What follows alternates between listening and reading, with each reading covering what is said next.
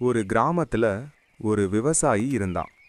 அவன் ரொம்ப ஏழை இல்ல, ரொம்ப பணக்காரனும் இல்ல. சாதாரண வாழ்க்கைதான். ஒரு நாள் காலை அவன் தன் கோழி கூடத்துக்கு போனான். அங்க ஒரு கோழி ஒரு முட்டை போட்டிருந்தது. அவன் அதை எடுத்து பார்த்ததும் அதிர்ந்தான். அது சாதாரண முட்டை இல்ல, தங்க முட்டை. இது என்ன விஷயம்? அப்படி அவன் யோசிச்சான். அவன் அந்த முட்டையை சந்தைக்கு கொண்டு போய் வித்தான். நல்ல பணம் கிடைத்தது. அடுத்த நாள் காலை அதே கோழி மறுபடியும் ஒரு தங்க முட்டை போட்டது. விவசாயிக்கு ரொம்ப சந்தோஷம்.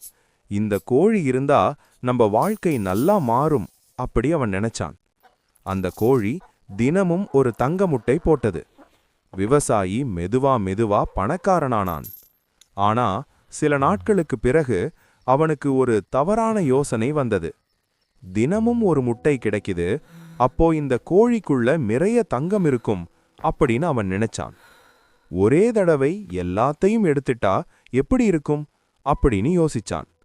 அடுத்த நாள் அவன் கோழியை எடுத்தான். அவசரமா அதை குத்தி பார்த்தான். உள்ளே ஒண்ணுமே இல்லை. தங்கமும் இல்லை, முட்டையும் இல்லை.